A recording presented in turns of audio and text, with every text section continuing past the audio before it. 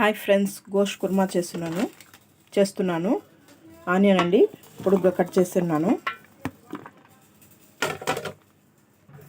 పచ్చి కొబ్బరి మిక్సీ వేసానండి, కొంచెం వేసుకుందాం.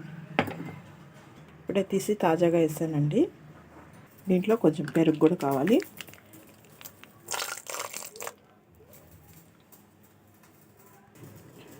కొంచెం పసుపు, కారం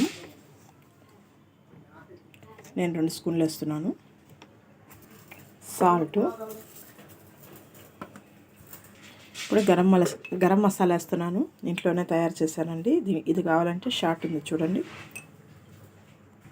అల్లం వెల్లుల్లి పేస్టు ఇప్పుడు మొత్తం మిక్స్ చేసేద్దామండి.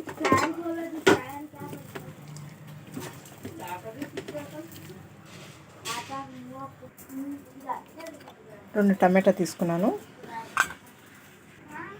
ఇవి టెంకాయ నీళ్ళండి. ఆయిల్,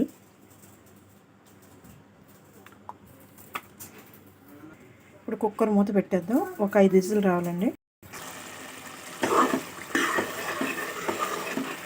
దీంట్లో నీళ్ళ చెమ్మంతా ఆరిపోవాలి. అప్పుడు దాకా కొంచెం వేయించుతాం. చూడండి, ఇప్పుడు ఆయిల్ బయటకు వచ్చింది కదా. ఇప్పుడు కొంచెం నీళ్ళు పోసి ఇప్పుడు ఉడకనిద్దాం. ఇలా ట్రై చేస్తే చాలా బాగుంటుంది.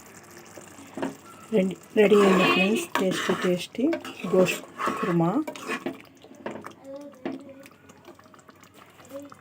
నచ్చితే లైక్ చేయండి, సబ్స్క్రైబ్ చేయండి, షేర్ చేయండి ఫ్రెండ్స్.